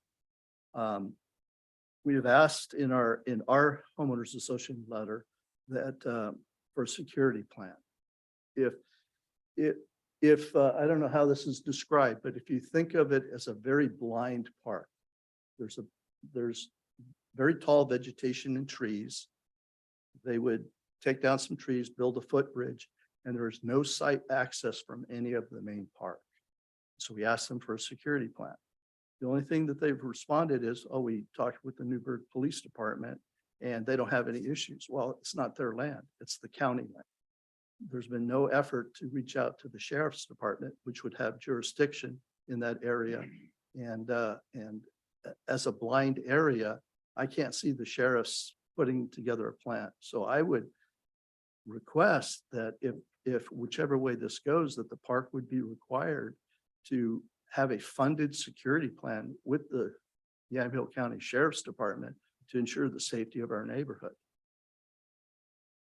The 11-acre parcel would just become an attractive nuisance for the homeless and substance abuse users to access, which again is out of view.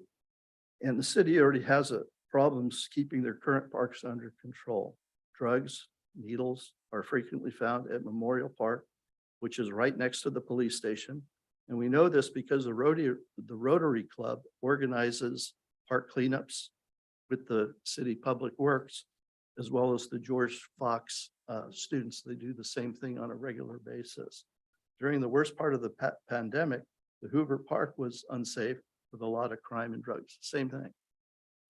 Constructing a property line fence, as was said, is not a solution to mitigate any problems. There's still going to be trash, needles, homeless on the other side of that fence. The fence will block our nice views and disturb the natural wildlife habitat. The responses related to involving other government regulatory agencies in our letter was quickly dismissed. In fact, it's only been recently that they reached out to one of the organizations, which was the Department of State of Lands, DSL. And but what about the other federal and state organizations? There's the Federal Natural Resource Conservative Services, the DEQ, ODF. All of these have some responsibility for the wetlands. Now, we talked about wetlands. Now, these are really wetlands. In the summertime, you have to have your boots on. You sink down 2-3 inches. In the wintertime, you sink down a foot. These are wetlands. And so I don't see how the parks can build a Frisbee golf course, a disc golf course, and say, oh, there'll be no impact to the wetlands. You have to look at this bridge and development of this disc golf course together. If you can't develop anything on the 11-acre parcel, then why build a bridge? It'll just end up being a bridge to nothing. And just the only purpose it would serve is, to aid the homeless encampment. The Oregon Fish and Game, they also have the responsibility for the wild Chinook salmon and native wildlife that depend on the Chehalim Creek. Building a bridge, getting constructions, and this bridge, even though it's a footbridge, I'm sure there's going to be maintenance vehicles, actual transportation, which, according to the planning department is prohibited. It's just more than feet. But it also flows into the Willamette River, which is a very short distance away. The river quality and fisheries also need to be protected. So my point on the regulatory, they have not reached out to any state or federal, government agencies to ensure that they are doing the right thing. In their letter, they sort of did a self-evaluation. So they sort of dismissed that, oh, we don't need to go there. Well, if I'm building a house, I need to go to the planning department, get my permits, even though I think I'm going to comply. They have not done that due diligence. Yamhill County has a responsibility to protect the open space and the ecosystems on the land. Oregon State OAR 660-015, Goal 5 states, local government shall adopt programs that will protect natural resources and conserve scenic, historic, and open space resources for present and future generations. And this includes wetlands and wildlife. The human activity has a profound consequences on ecosystems.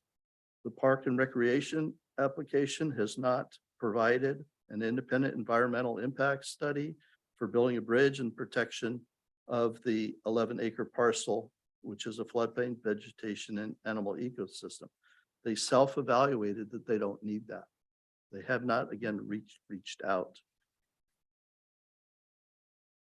The application is not just about building a bridge. We look at the bridge, the association looks at the bridge and the parcel as development together. The bridge application is just one toe in the water, if you will. And the county should not approve the bridge project to access lands that would still require approval to be developed. As the Park and Recreation's application states, the purpose for requesting this bridge project over the Chehalim Creek is to create a pathfinder for the 11-acre neighborhood wetlands parcel into the golf disc course on county property. I don't believe that the Parks and Recreation has met their legal obligation. When you look at the bridge in association with the development of the 11-acre parcel, the proposed development is on county land. It's not on city land. So at this point, you have the ability to just stop this. This is your land. This is the county land. And so I just asked, please stop the project and protect our open space and fragile ecosystem. And I thank you for your time, consideration for the hearing of our objection to this bridge. Thank you, Paul. Thank you. I just want to clarify, it's not our land, it's CPRD's land, but it's county zoning. It's in the Okay. county. It's All our right. zoning laws. So just want to clarify that. All right. Any questions for Paul? Okay, great. Thank you.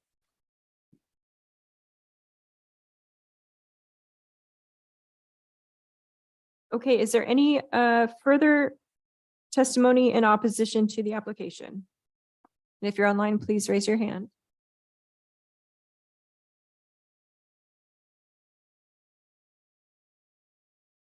Okay, seeing and hearing none, we will go to public agency reports. There were no additional public agency reports other than what's in the packet. Thank you, Ken. Rebuttal by the applicant.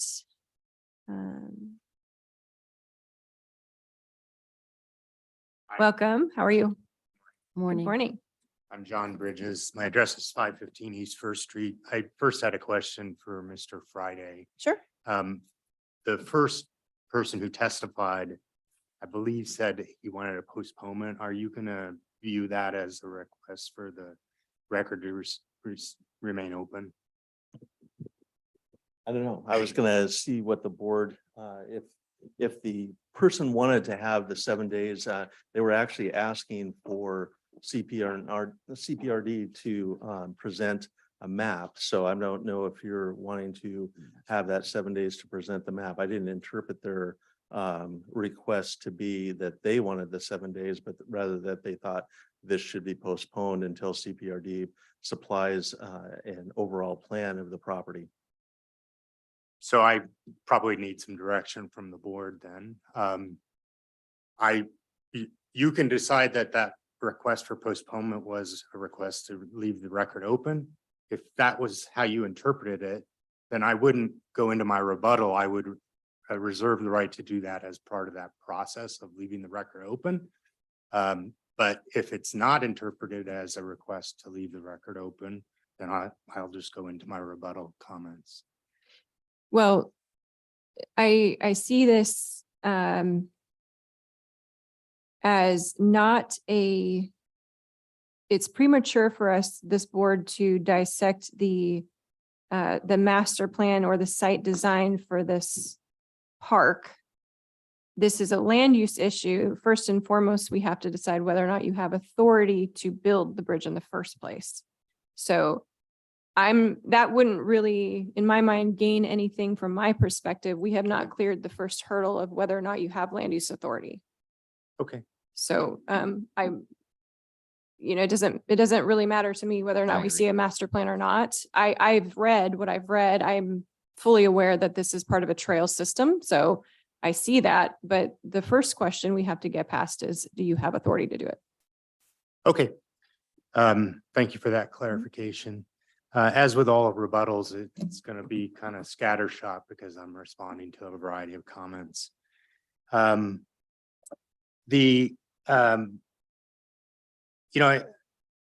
of the things that occurs to me, and this comes with the history of dealing with land use matters, and obviously each board isn't bound by what prior boards do. But I think that there should be an effort towards consistency. And I think of a couple different development plans that occurred where we would want you to be consistent. When you developed your park, I think it was called Whiteson Park, I represented opponents to that. There were neighbors talking about the same sorts of things that these neighbors are talking about. And you approved that park development. And that included all those transportation facilities that John mentioned earlier. The other thing that I think about is consistency with how you've handled CPRD. At some point, we developed the Crystal Dawn Riley Park. And we had concerns by not wanting to disturb animal habitat and animal movement. And we suggested that that was a good reason to avoid fencing the park. And the county decided, no, you wanted to put a condition on that approval to fence the park. And that's what the Park District did. And as you've heard, it's been the longstanding policy that the park will pay to fence the park in. And if people want access to the park, they can have a gate there, they can lock it, they can be in control of that. This is a bit of a chicken and an egg situation because I can't say that the Park District is out there 24/7 monitoring the east side. But certainly when someone complains about a homeless situation or trash situation, they will reply to that. And by a building of a bridge, they will be able to go to the west side. The nice thing about this park, frankly, is all the activity that is there. There's a lot of people that use the BMX. There's a lot of people that use the dog park because it's a nice contained area where you can release your dog. And if they live in an apartment, they don't have that benefit. But that also provides lots of eyes on the space. And, what we intend to do is extend 6 holes of the disc golf onto the west side. That would provide more eyes on the property. That would apprise the Park District of more opportunities that if there are problems that they can do things to fix the problems.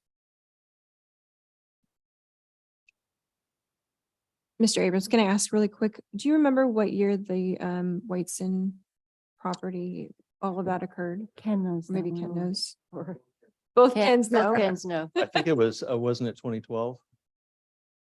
Either 2011 or 2012. Yeah. that sounds Okay. correct. And then what about Crystal Riley? Do I you don't recall? recall that one right off. To be exact, I think was like a little bit before that. I think it was like 2006. Oh, predated Whiteson. It was prior to 2018 when the Luba decision was issued. Okay, thank you. The other, one of the speakers got up and talked to you about zoning. And obviously zoning is important. It's a foundation of our land use system. But what she didn't kind of acknowledge as she was gazing across the creek is that in the AF10 zone, a park is an outright permitted use. And so we're trying to use this precisely the way that the zoning code indicates that we can. It's just that we need access so that we can utilize the unutilized property. And frankly, it will give us an opportunity to maintain it better.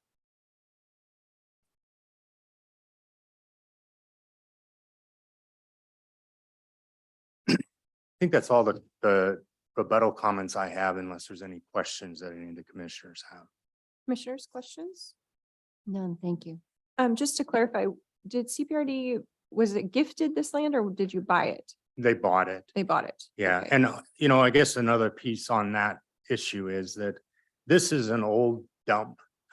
The part of the property was used as an old dump. So sometimes stuff does come up when the park district learns of that, or if someone dumps stuff there, they do clean it up. I can't say that they have the ability to do that 24/7, but they certainly have that ability. And I also want to clarify that there is a physical restroom facility in this park. So it's not just porta potties. Okay. Thank you. Oh, Thank you. Yeah, would there be plans for porta potties to go to the other side? I don't think so. I don't think so.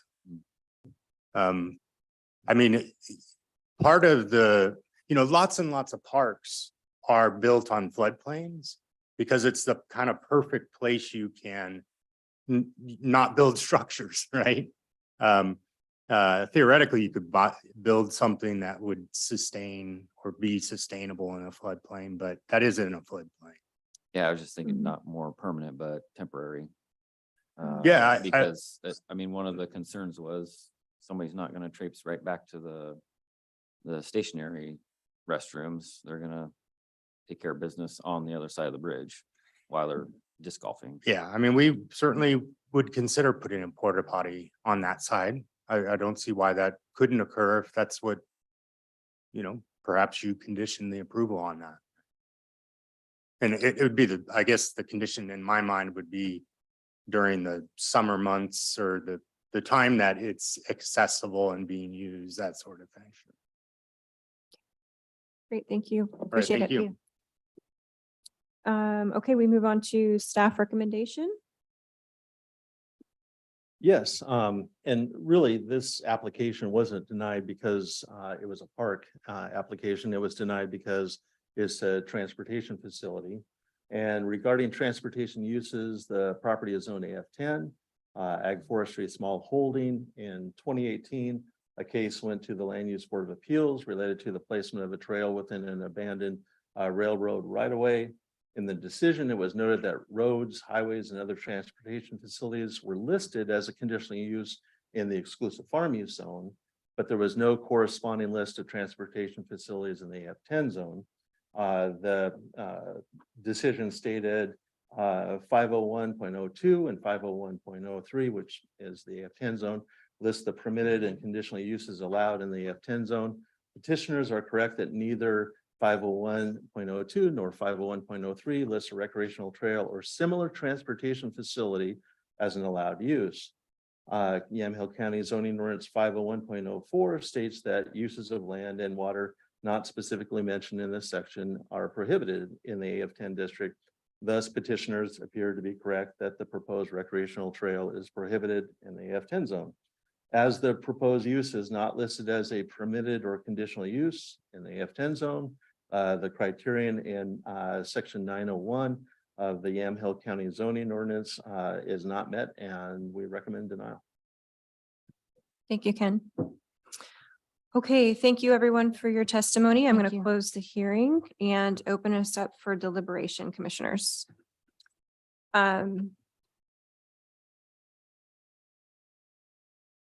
So can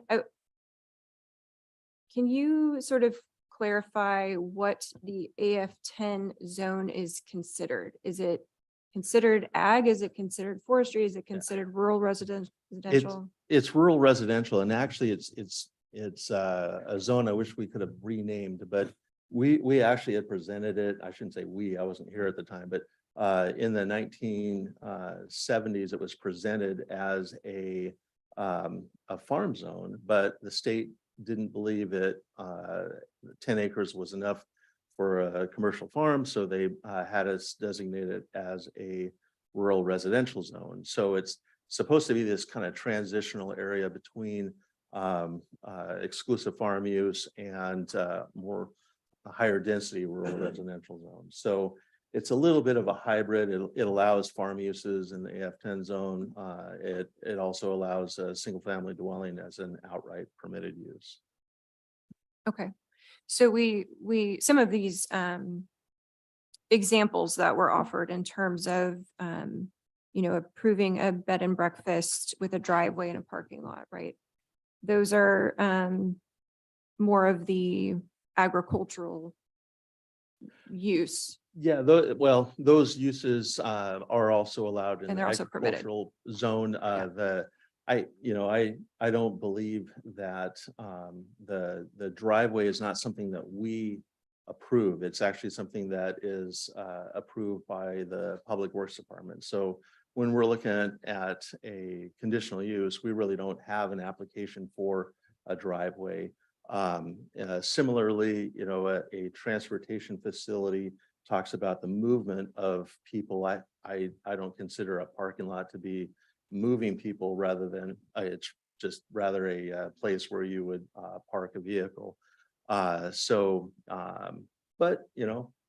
if it was litigated, I don't know. It might be something that maybe driveways and parking areas are something that we shouldn't allow, but my interpretation is that we should allow them and that they are allowed in that zone, and that we are not outright approving those. They are something that is just an accessory use that's already allowed.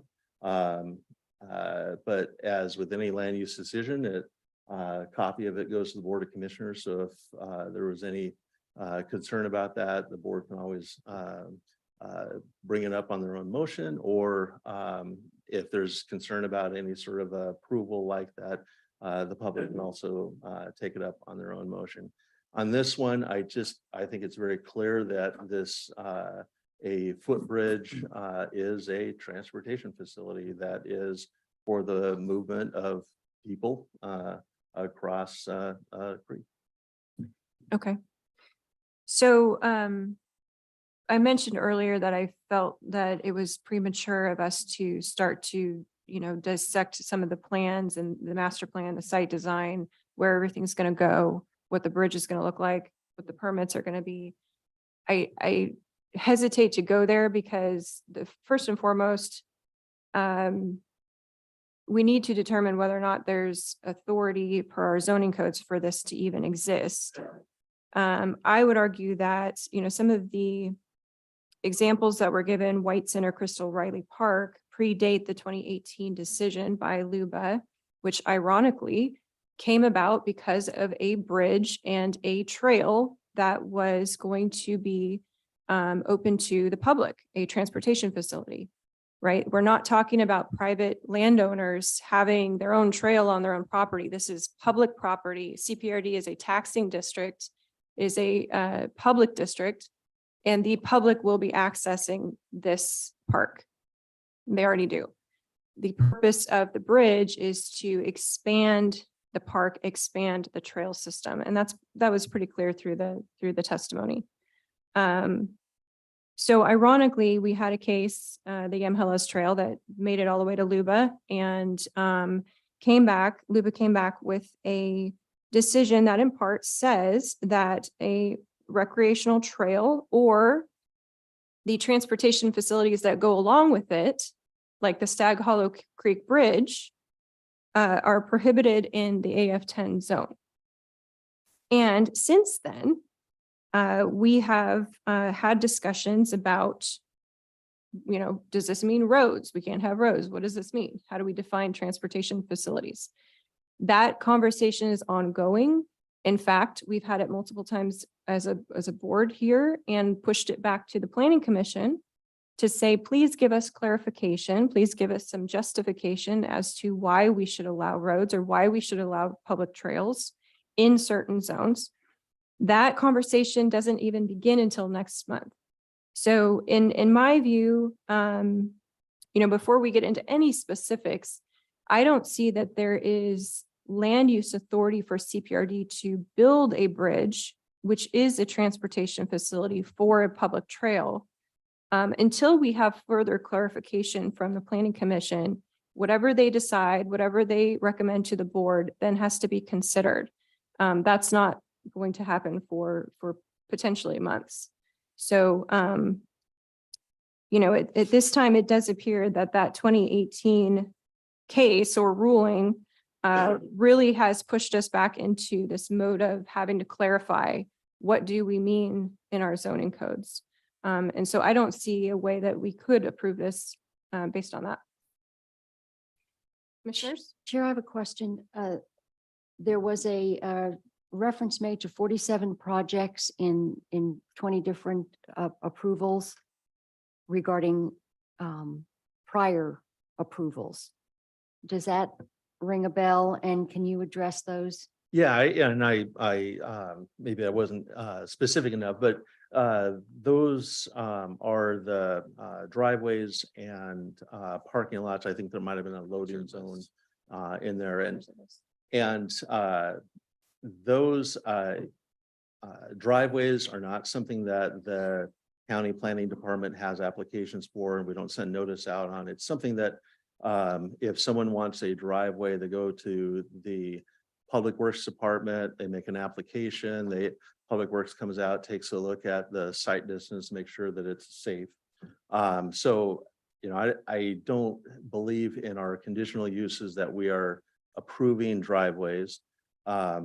Similarly with parking areas, I don't believe those are a transportation facility, because the definition of a transportation facility is to move people and goods. So the list of 47 that he submitted, I don't agree with. I just and I think if you're going to add those, then you could also say garages. If you want to have this broad interpretation, I'm sure we've signed off on a bunch of garages in the AF10 zone. That's not a transportation facility. It's a place to park your car. And so I just disagree with the consultant's interpretation of what a transportation facility is. But this bridge the purpose of it is to move people across the stream. And so I think that clearly is a transportation facility, and that's the reason for the denial. Didn't want to make you repeat all that. I just wanted to reference to our approvals of particular bridges and different structures and transportation facilities within our parks.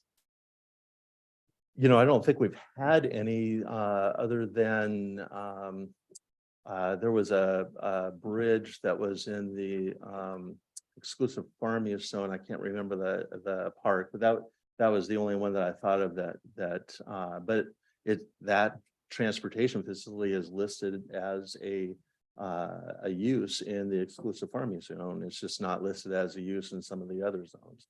So and maybe it was near a park that I'm thinking of, the Deer Creek. Deer Creek. Yeah. Okay, I was going to say Deer Creek. All right, thank you. That's all. So we don't have any parks that are AF10 that predate 2018 or would be after 2018 that we've, post 2018 that we put a transportation facility or a bridge in. Correct. Yeah, Okay. that's my recollection. Okay. Any further thoughts on that? Mm-mm.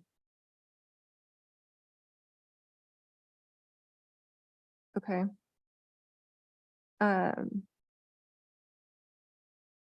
Well, I mean, if we are in agreement, I just wanted to go on to say that it does, go ahead. Yeah, thought- so from the city of Newburgh side, can something be done from the city of Newburgh side with this property?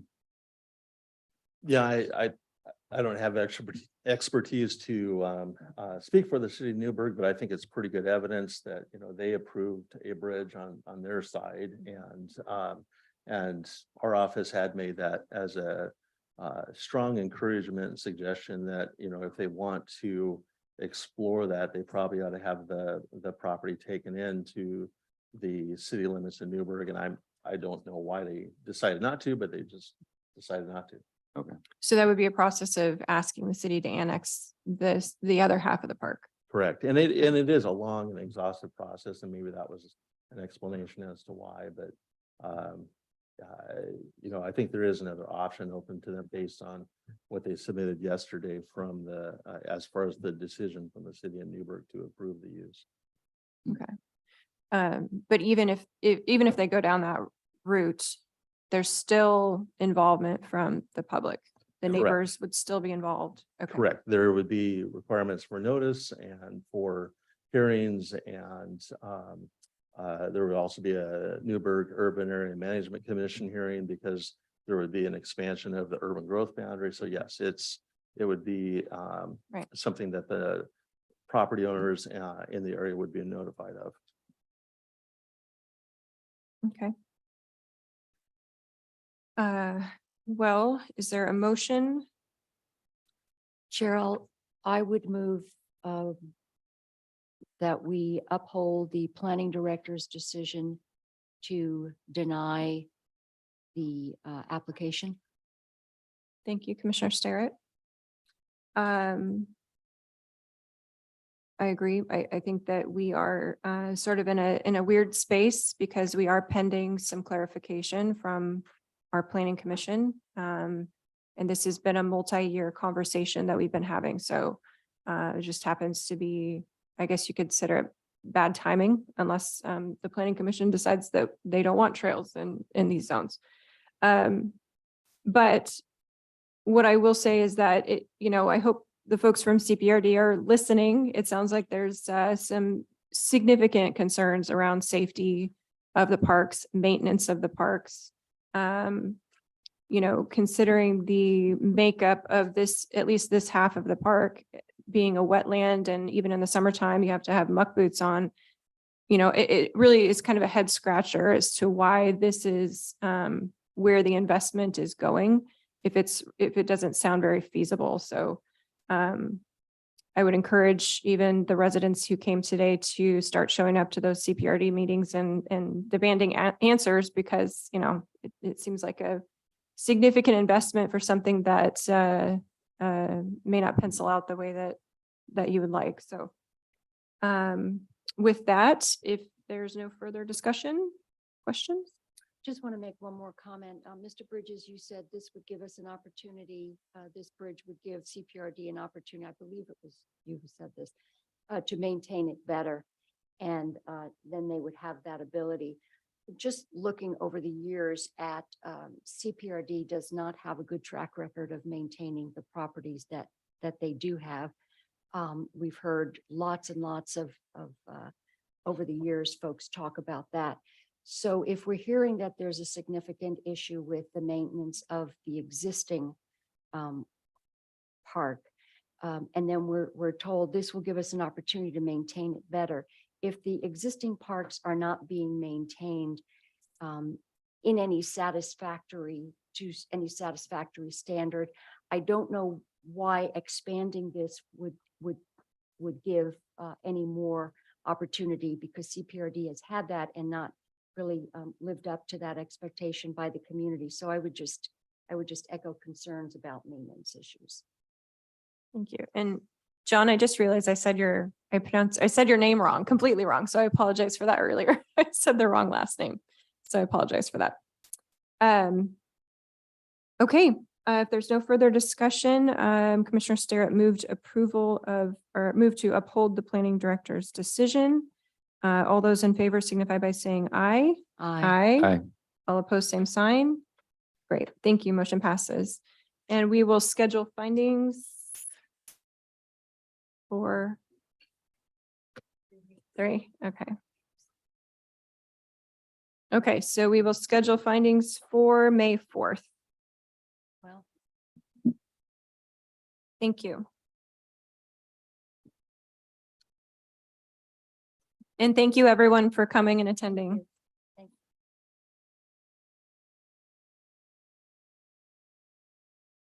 Okay, so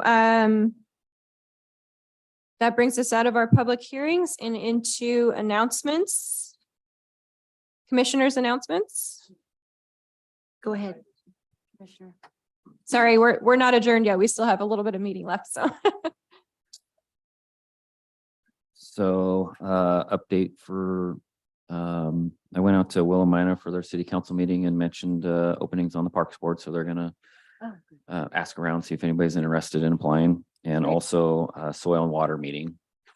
They got, I mentioned it to them also that there's openings on the Parks Board and they're gonna put it out in their newsletter. So they thought that that would be a great fit and Yeah. they're excited to do that for us. And they got Earth Day event coming up at Miller Woods.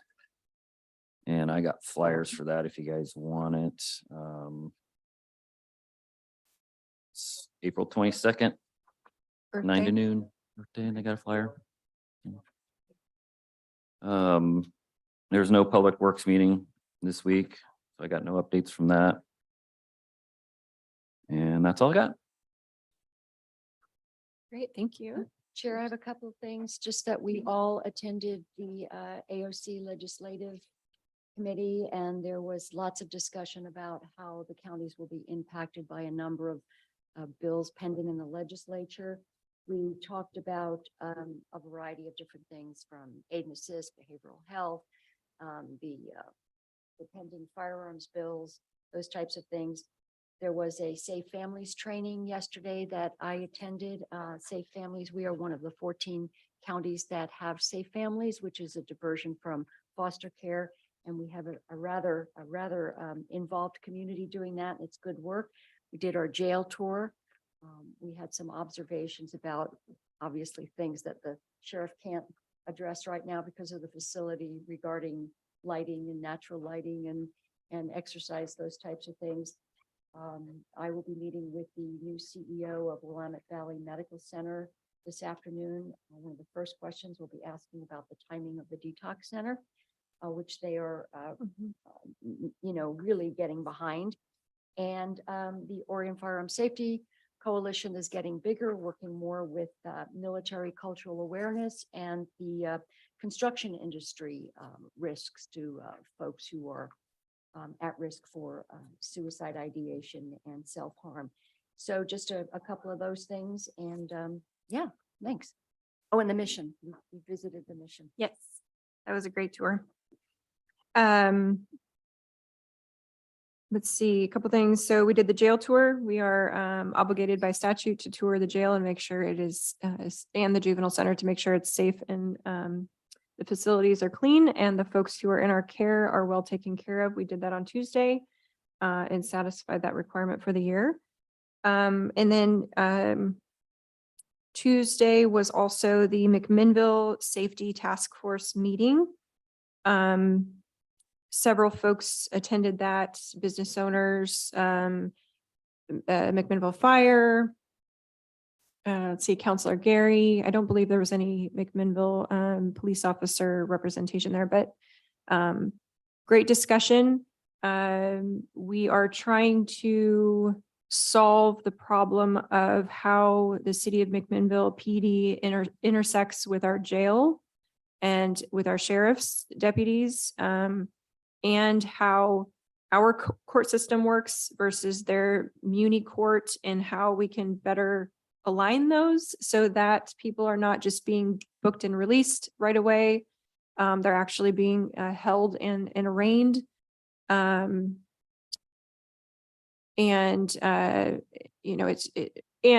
solving the problem of really sort of the disincentive to even arrest somebody because PD is aware that there's only court 1 day a week. And so why would I arrest somebody if I know they're just going to be turned right out the door?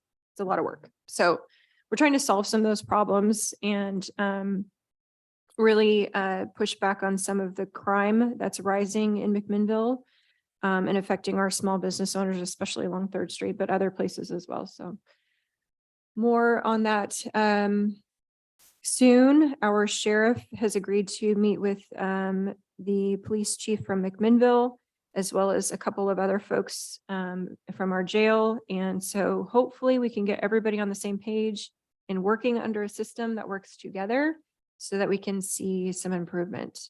I think that's where that's going to start. So I will bring some updates back the more we hear.